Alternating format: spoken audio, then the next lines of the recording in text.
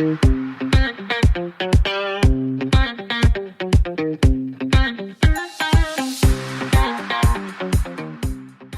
and welcome to the RevRx podcast, where we discuss how to have success in faith, family, and health. My name is Chad Potts, and I'm your host. Today's episode is one that you're not going to want to miss because we take a deep dive into what health really looks like with Leanne Ellington. Leanne is a podcaster. She's an author. She's a self-image scientist. The work she's doing is marrying together neuroscience, health, and faith. We're going to talk about what it looks like to really be healthy. We're going to talk about the power of our thoughts in our everyday life. And we're going to discuss her story. You see, Leanne has always struggled with weight. From the time she was 8 years old, she started Weight Watchers. At one point in her life, she lost 100 pounds and reached her goal weight. But here's the thing. She didn't see herself as healthy even after she achieved all of that. And so that led her down a road to really start asking some of those deep questions about what is health really? What does that mean for me? What does that mean for others? What does that mean to you today, our listeners? So buckle up. Lots of wonderful, useful, and valuable information coming your way today with my friend, Leanne Ellington. Leanne, thank you so much for joining us today on the RevRx podcast. What a privilege it is to have you here with us today. Yes, thank you, Chad. I'm so glad to be here. Yeah, so I love the work that you're doing where you're kind of at the intersection of faith and science. And that's exactly where I find myself too. Yes. So immediately drawn to your work, drawn to what you're doing. But I always like to start off with, how did you get here? Yeah. I know you have a phenomenal story of overcoming a lot of issues, weight-related issues, mindset-related issues. So I'd just love to open the floor to allow you to tell us your journey as to how you got to where you are today. Absolutely. So, who I am today is definitely a product of my experiences, my struggles, my suffering, all of it. But, I was an overweight, sedentary, couch potato kid, and I brought that with me into adulthood. And then in my early 20s, I kind of hit my enough is enough point, my first one, I should say. And through a lot of the wrong ways and maybe some of the right ways, I went on and lost close to 100 pounds. Wow. But because I didn't know what I didn't know, I ended up giving myself disordered eating and a horrible toxic self-image and body image to get there. But I thought I was air quotes being healthy, right? Because that's what I learned. And it's only because I didn't know anything about the self-image and the identity that keeps people stuck in the thoughts and the feelings and the behaviors that perpetuate cycles. And so when I started addressing it from that route, and without going too far down the rabbit hole, I ended up having a major spine surgery in the midst of all of this because I was just so focused on getting fit and lean and all the words that were, I was using at the time. I majorly injured myself and needed to have major spine surgery. And that spine surgery is what gave me a lot of neurological struggles afterwards. And I was scared. I was in my mid-20s. Nobody could help me. I was fearful of what my life would be like at 30, 40, 50, 60, 80.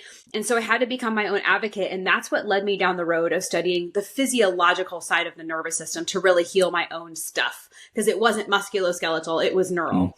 And that's what showed me like, wow, there is this emotional part of the nervous system, the mental, the social part of the nervous system. And that's what led me to just kind of healthily obsess over studying the intricacies of the female brain, because it really helped me understand why I did what I did and why I felt this drug-like pull to food and sugar, and why even after I lost 100 pounds, did I still feel air quotes fat, and so that's really what led me to healing for me. And it wasn't available. Like the mishmash of things and modalities that I needed to do to actually heal my relationship with food, heal my relationship with my body, and step into the identity and self-image that I would need to actually stay there and keep it and live happily ever after. No one was talking about that. I was having a lot of, short-term band-aids thrown at my deeper struggles. And so I created it for myself. And then now it's there as a pathway to be there for others. And all of that was created before I had a relationship with God. So parallel to this journey is I am a bacon-loving, Hebrew-speaking Jew.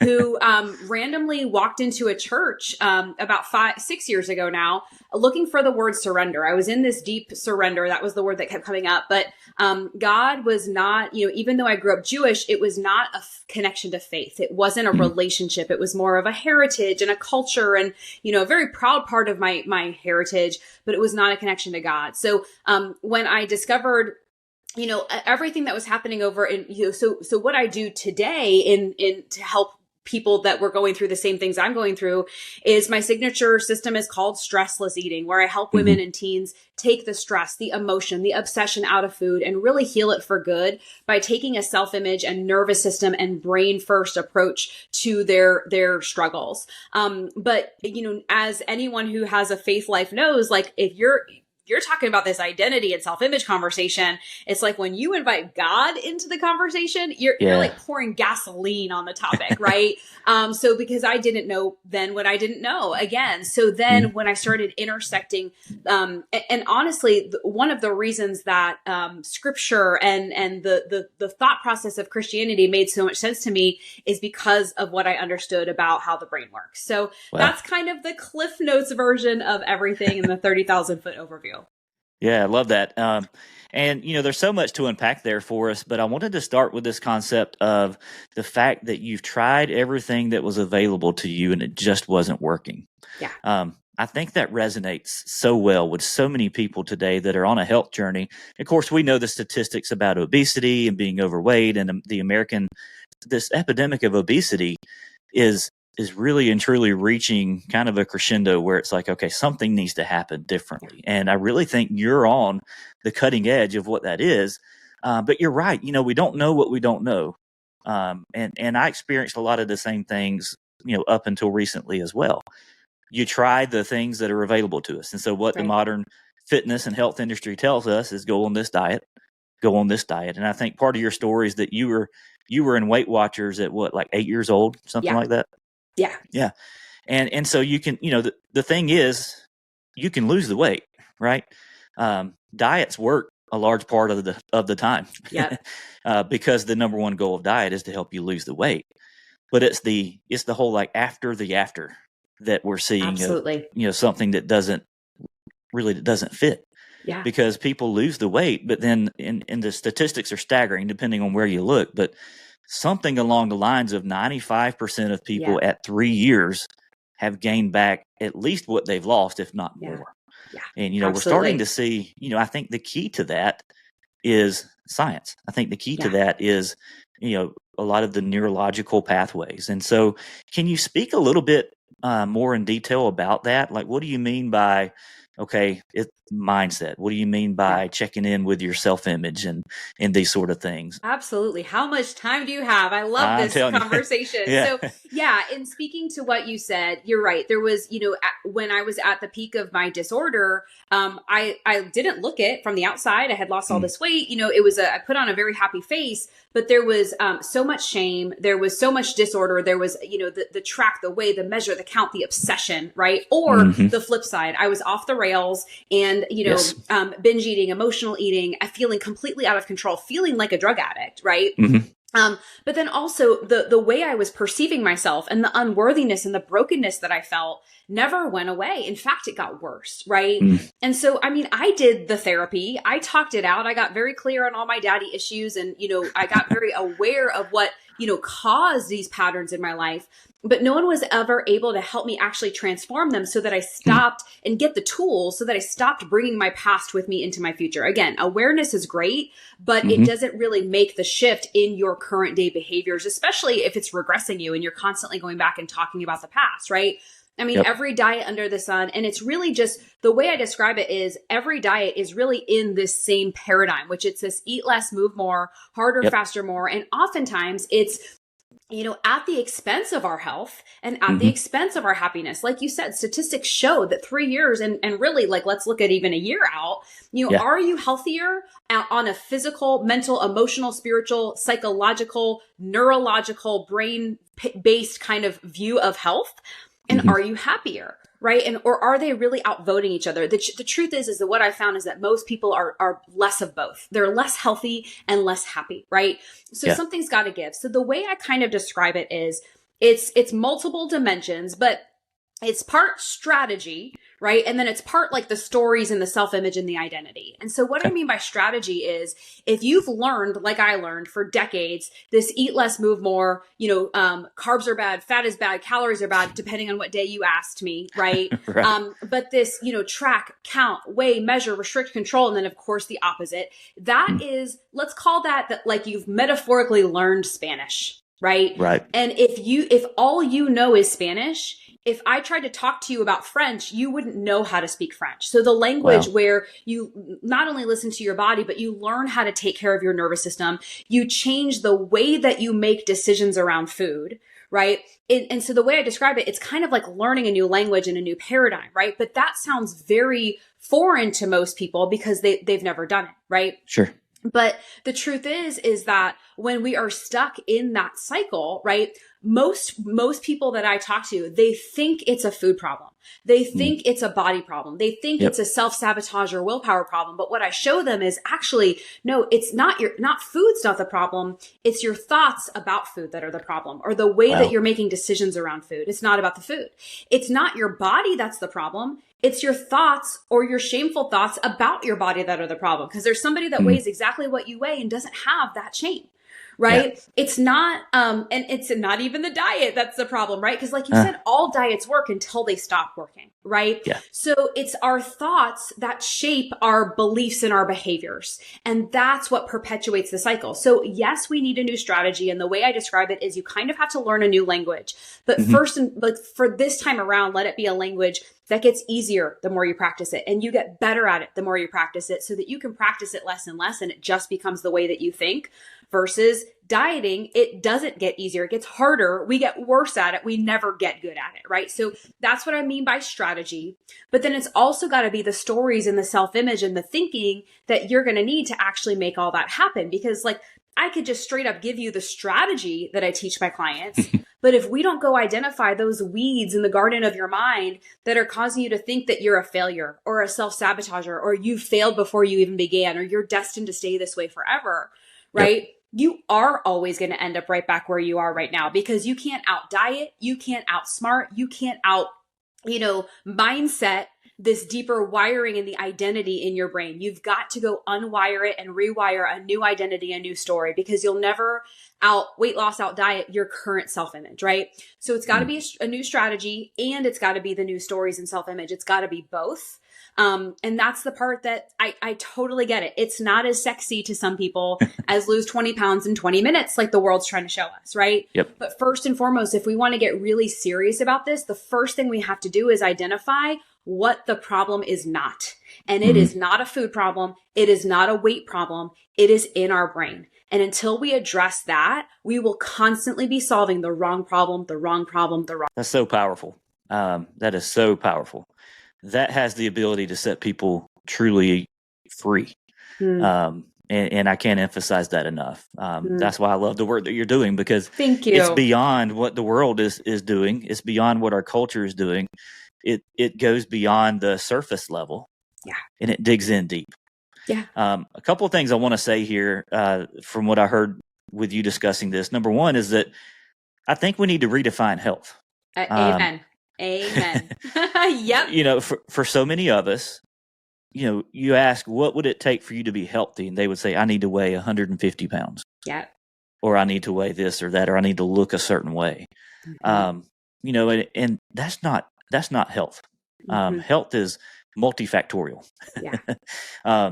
And odds are, unless you change the way that you think about health, unless you change the way you think about yourself and about your body, then even if you weighed 150 pounds or whatever that magic number is for you, you still won't feel healthy when you get there. Absolutely. I think that's very much what your story is about. Yeah. Is, you lost 100 pounds. Yeah. That's absolutely incredible. And kudos to you, because that's not easy. But you weren't, is it healthier to be 100 pounds less? Yeah, I was the opposite of healthy, and I was the opposite of happy. And it's everything. I did everything that I thought, the magazines I was reading growing up told me that I would feel happy and beautiful, right? But I never felt that. It's like the big lie, Yeah.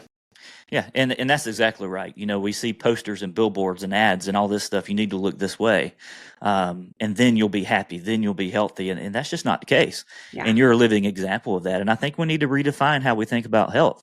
Amen. You can be physically healthy and still not be healthy, totally and completely and holistically.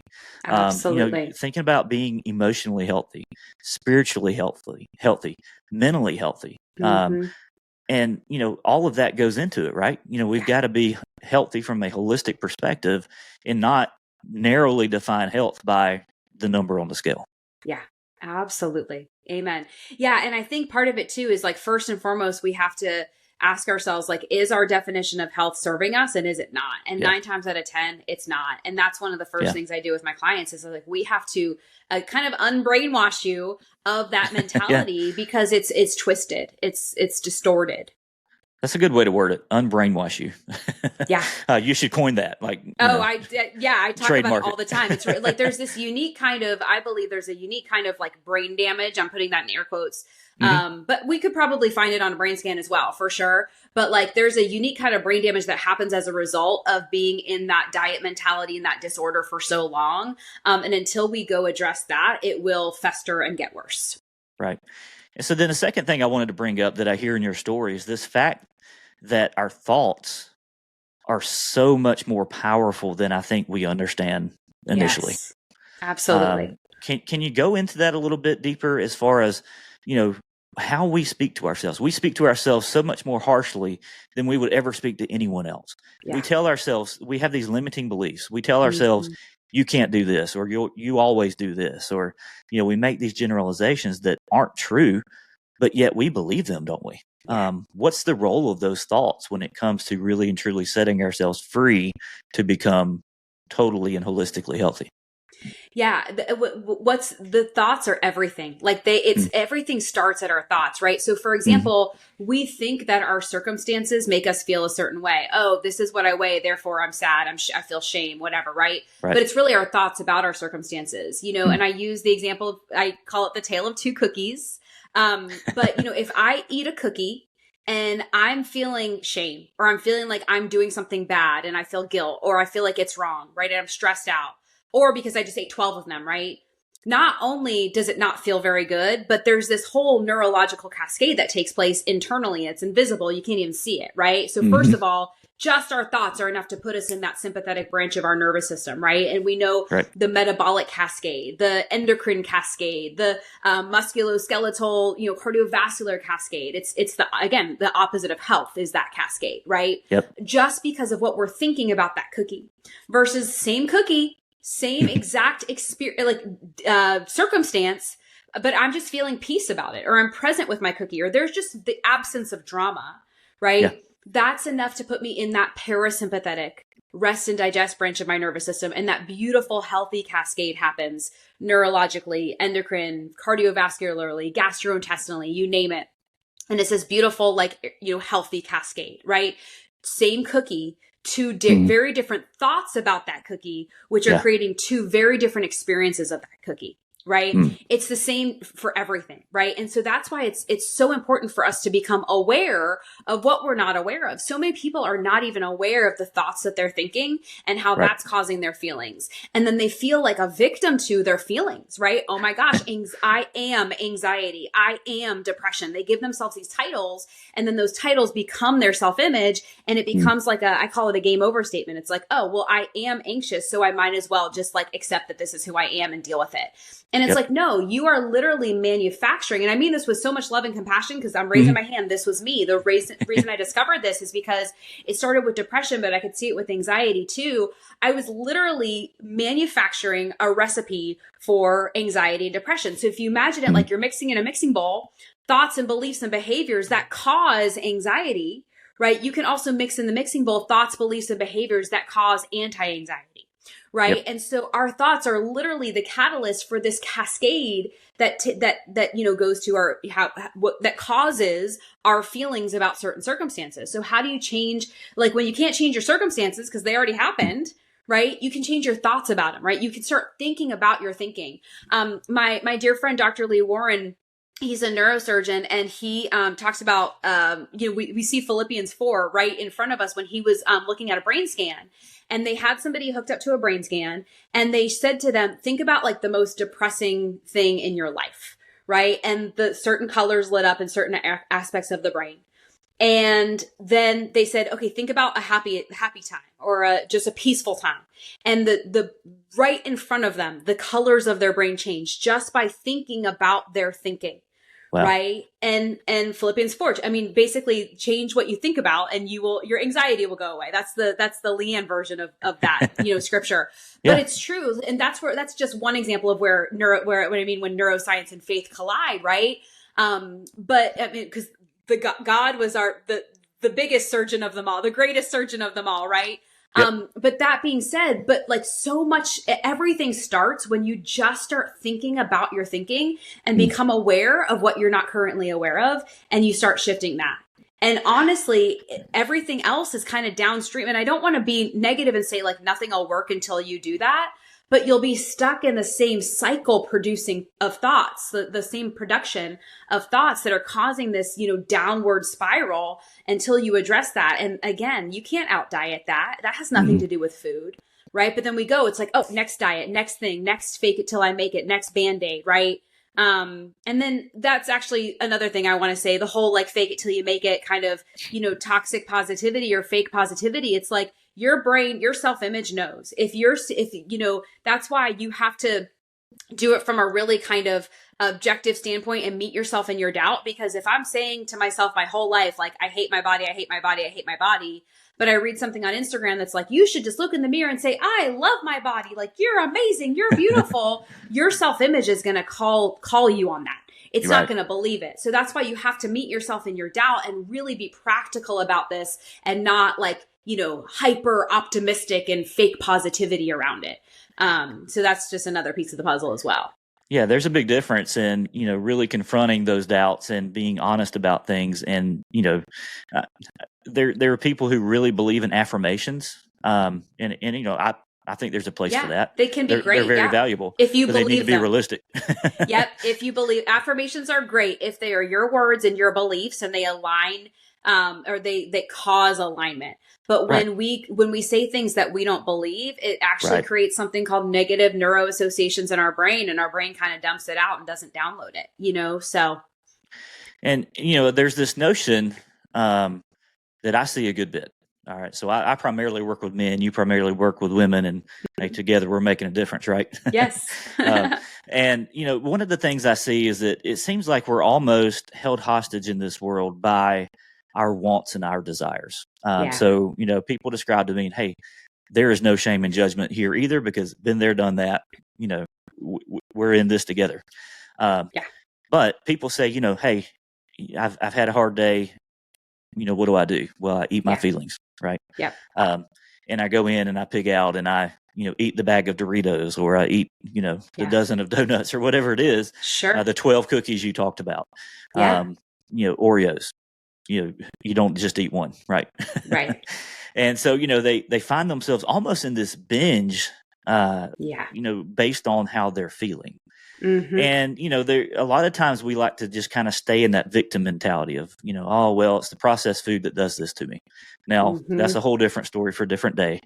Is the processed food bad for us? Probably. I don't think that's really an argument at this point, but I like what you're saying, because you're kind of flipping that narrative and you're saying, well, it's not even really a food problem though. Yeah. When you think about it, or if you believe that processed food is the only problem that we have, then you're going to stay in that victim mindset, because that's not going to change. That's only going to get worse. If I have binge eating disorder, I will binge on that whole all natural, only peanuts jar of peanut butter too. Do you know what I'm saying? We don't discriminate when our brain is taking over. So yeah, it's so powerful what you're saying. And here's the thing. And here's what I mean when I say it's not about the food, right? Mm-hmm. Well, first of all, anything can be used as a tool or a weapon, right? Yep. I can use peanut butter as a tool, or I can use it as a weapon, right? I can use Netflix as a tool to be entertained and connect with my husband on the couch or whatever, or it can be a weapon of mass distraction. Same thing with social media. It's not that social media is bad. It's just, am I using it as a tool or am I using it as a weapon? Right. Yep. And so when we think about that, then it becomes a matter of who am I being when I'm using it? and it comes back to me, right? And so here's the thing. If I come home after a hard day and I'm feeling stress, loneliness, sadness, isolation, any type of emotions, but also happiness, that statistically, these are the times when people eat, boredom, right? All of these things, right? And I have an unconscious or subconscious fired and wired thought in my brain that I don't even know is running like a hamster on a hamster wheel in the background of my mind. And it's saying, hey, Leanne, when you're stressed, food will make you feel better. When you're sad, food will make you feel better. When you're bored, food will make you feel better. Not only does it not make me feel better, but it's firing and wiring that response. And I never learn how to become emotionally available to myself when I'm stressed. And I don't have a clue how to be emotionally available to myself when I'm lonely, let alone and I say emotional, but it's also spiritually available, right? Because a lot of times it's a spiritual hole. And because when we look at it logically, I know that my boredom will never be filled by food. I know that the void of sadness will never be filled by food. We know it logically, but that's why we can't logic and reason our way through these problems, right? So it's fired and wired in our brain. Right? It got fired and wired alongside food and sugar and Netflix and whatever it is. And that's where there's no shame about it. It just is what it is. It happened. It happened to me too. Right. And that's where it's like, we don't have to like it. Like, it's not pretty. We don't have to be like, oh my gosh, I'm so happy that happened. But part of it is like the shame doesn't have a place there either because it just is what it is. But that being said, and easier said than done, I totally get that because shame is the thing that we're dealing with all the time when it comes to these coping mechanisms.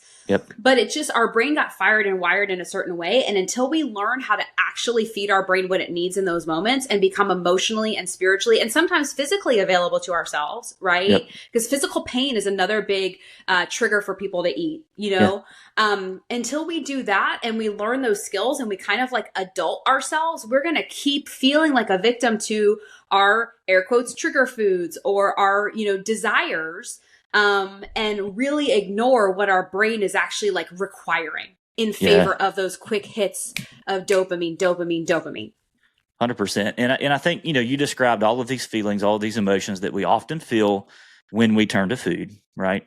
And the thing is, we don't like to feel that way. Right. We experience these emotions of uncomfortability. I'm not sure that that's a word, but it is now. We're going to go with it. Discomfort and uncomfortability. And so, you said it better. Discomfort. I make that's the word I was looking for. I love it. Yeah. But so we don't like to feel uncomfortable, and so instead we seek something to make us feel better. And for a moment, perhaps that sleeve of Oreos makes you feel happy, makes you feel better. But then what happens immediately after? Shame, odds are cognitive dissonance. You feel guilty, right? Like, man, what did I just do? And then that shame cycle begins, and it's perpetual. All right, how do I handle now that shame is uncomfortable? And so now I've got to deal with that. It's a cycle we're never going to get past unless we do something different about it. Absolutely. Shame. Thank you so much. Yeah. Feeling shame about our shame is a big one too, right? I'm not supposed to feel this. I know this isn't mine to carry, right? And then it makes us feel further away from God. I mean, everyone's different, right? But it's really, if I could impress upon this to anyone that's listening and that's struggling, it's like, it's not about the food. I know it feels like it is. I know it feels like a drug, but it's really in your brain, and your brain got fired and wired just like mine did. And it's fixable, right? It's healable. Right. Where do you think a lot of that begins? I know growing up, and again, there's no shame or judgment here either, but my parents were like, all right, you need to clean your plate. If you clean your plate, you can have dessert. So it's like a reward. Totally. These sweet foods, these fun foods, they were rewards. They made you feel good. And so I think a lot of that's really set in our childhood, right? Yeah. Well, this need for what we're really craving when we get those dopamine hits is oxytocin, the connection hormone. And it really actually happens when we're all teeny tiny little babies because we cry, wah, and we get milk, sugar, right? Yeah. And so it really does fire and wire from a very young age. And then we go to the doctor's office and we get a shot in our arm. Wah, cookie, lollipop, right? So it gets fired and wired, and then it gets perpetuated, But part of it too is that, it's very like valid, and it can be helpful to acknowledge where something started.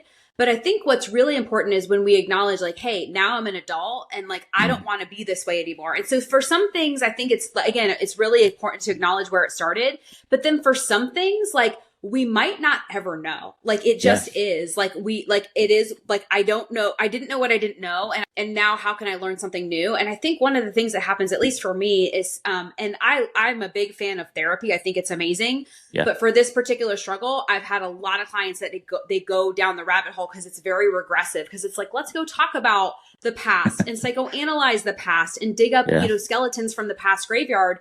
And it still doesn't give them the tools to heal now, And so for some of those questions of like, why am I like this? How did I get like this? Why can't I stop this? Sometimes like one of the best ways to kind of cut the shame out right there is just to say, you know what? I didn't know what I didn't know. My brain learned and like modeled and picked up something somewhere. And now who do I want to be to handle it and deal with it? To a large degree, it doesn't matter, for you personally.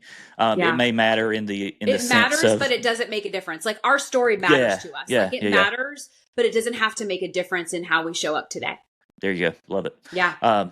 And so, if somebody's dealing with that, all right. So they, they're in this perpetual cycle of they get home from a bad day at work, or and that happens often. One of the ways we cope is that we go to the pantry, we go to the fridge or the freezer, whatever your vice is. Yeah. And we all have our own. Yeah. And we find ourselves doing this a couple times a week or more. What would be your advice to them? Is it kind of like sitting and discovering why you have that need? Like, what are you trying to cover up? Or, what would be your advice at that point? Yeah, great question. And part of it too is, so one of the ways this is what I experienced for myself. And then this is kind of the conversation I invite all my clients into. That the situation that you just described, coming home from work and seeing that we're feeling this kind of a magnetic pull to food, sugar, wine, shopping, whatever it is, right? We all have our own.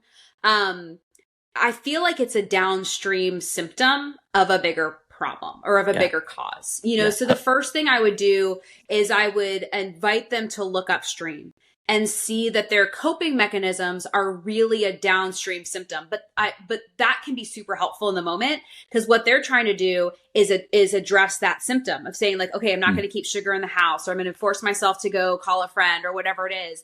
And that will help in the moment, but it's not going to be a long-term strategy, because your brain will come back. Like that's a very conscious logic and reason thought. Sure. And this is not a conscious logic and reason problem. So that's where I would say, like, again, that's one thing would just be to acknowledge in the moment, okay, this is just a symptom, that this is not about the food. There's something bigger that I need to heal. And that's where I, would invite people into a bigger conversation. Yeah. And, and that's why coaches like you are so necessary, because a lot of times it takes being asked questions that we would not typically think to ask ourselves. Amen. In that moment, we're like, I just need food, or I just need coping. Or exactly. I don't care. I just want it now. I don't care about the consequences, but we do care. Yeah. And, life's busy for a lot of people, and you really have to intentionally slow down to really think about that. And so creating that space is sometimes hard on our own, but then when we start working with a coach, we have that dedicated time, and that's where we can explore, like you said, upstream a little bit. Like, what is it that I'm feeling that's causing this coping mechanism? Yeah. And the way I describe it is you do it one time. Like, it's work. It takes it's a bit intensive. I work with my clients for like a 16-week intensive, but it's intensive on the front end so that your brain can learn it. And then you have it the rest of your life, and you're not having to think about it. And it doesn't have to drag out for years, so it's like doing the work one time so that you have it forever. But it is. And that's the part, like I said, it's not the sexy part. It's not lose 10 pounds in 10 minutes, but for those that know, like that have been struggling with this forever, it is sexy, Right. Well, and it's getting to the root cause. And that's where I believe that all of medicine is heading. I'm convinced that a lot of modern medicine is Band-Aids. And so really what we're starting to see is this shift to, all right, well, what's the root problem? Because the Band-Aids aren't working. We see that with, the amount of, this isn't meant to be political whatsoever, but the amount of money that America spends on healthcare. Yeah. But yet our life expectancy is less than a lot of other developed countries, even though we spend way more on it. So, at some point we've got to say, all right, well, the current system may not be serving us that well, and that can be applied to ourselves, right? The current system I have of managing my own health is not serving me well, so I need to look deeper. And that's exactly what you're doing, this root cause, root problem. What is it that is causing this to start with that I can now begin to address? And that's not going to happen overnight. And it may be something you have to work through initially. But one of my favorite mentors says this: we need to learn to embrace the pain to avoid the suffering. Yes, it's so true. Yeah, you're embracing that pain of the moment of, okay, I need to find out maybe some truths about myself that, why I am the way that I am, and what do I need to do to address that, not with shame, blame, and any of that, because you're right. We can't help how our brain was wired in the past. There's no space for shame there, but I can help how I handle things from this point forward. Absolutely. And, it's that short-term pain right now for a long-term game so that you just have it forever, Yeah. Love it. Love it. Leanne, we might need to do part 2 of this. Sure. This I'm has here been for so it. It's fun. Such a great conversation. Yeah. I've got so much I want to ask you.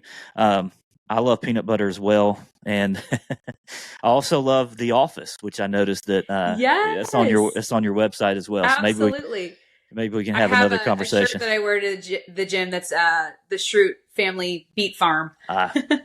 Love it. Love it. Yes. But I love the space you're in. I love what you're doing. You're really making a difference. Thank you so much. And you are marrying together faith and science to impact women all across this world. I appreciate that. And the thing is, you've got a method that works for you. You've got a method that works for women, but it doesn't just work for women. That's just who you work. That's who you coach. Yeah. Yeah. It was designed for women, but I have men that come to me and say, "Hey, help me." And hey, a brain is a brain, Yep, so exactly. And there are some differences there, but not when it comes to this. And so one of the things I wanted to open up to you is, hey, I'm going to have lots of people interested in what you're doing. I just know it. How can they enter into your world? Where can they find you? Where can they find out more about what you're doing? Tell them about your podcast, all of that good stuff. Absolutely. So, well, first and foremost, if you want to learn more about what we talked about today and really, learn how to turn off the part of your brain that is obsessed with food or obsessed with weight and really heal the disorder, rewire your brain for peace and freedom, I've literally just peeled back the curtain and walked you through the exact strategy that I teach my clients to heal themselves from that all or nothing diet mentality for good, but without restriction and without punishing your body, and definitely without using words like macros, low carb, or calorie burn. So it's all about the brain, not about the food. And you can access that over at stresslesseating.com. So stresslesseating.com, you can access that for free.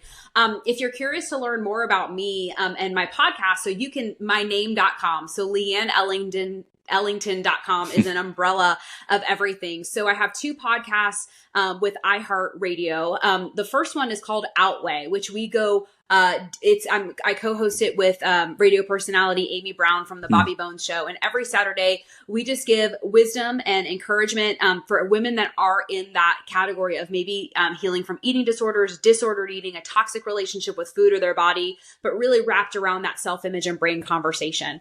It's called Outweigh, and you can access that wherever podcasts are available. And then What's God Got to Do With It is where I fuse brain science and neuroscience. Faith, I should say. Science meets faith. So it's really, there is a lot about the food and body conversation, obviously, because that's where my background is, but we cover all different subject matter, and it's called What's God Got to Do With It. If you're seeking, if you are, skeptical, maybe want to start a new relationship with God, maybe find more freedom in your current relationship with God, and you want to hear a bacon-loving, Hebrew-speaking Jew's perspective of that. It's called What's God Got to Do With It. It's also an iHeart podcast, but wherever podcasts are streamed. And again, you can find all of the things I just talked about over at LeanneEllington.com. Yeah, I'm subscribed to What's God Got to Do With It, and it's phenomenal. You have some great guests, and then you have some solo shows too. So just really appreciate the work you're doing. Appreciate you being here with us today. What a privilege it's been. And y'all stick around. There may be an episode 2 here with Leanne before too long. So I'm here for it. Thanks for having me, Chad. It's been great. Thanks so much. Thanks. Thank you for listening to the RevRx podcast. We hope you enjoyed what you heard today, and if so, we'd love it if you would hit that subscribe button so that you'll never miss a new episode from us. Also, feel free to leave us reviews and comments, as we'd love to hear from you. Be blessed and be the very best you.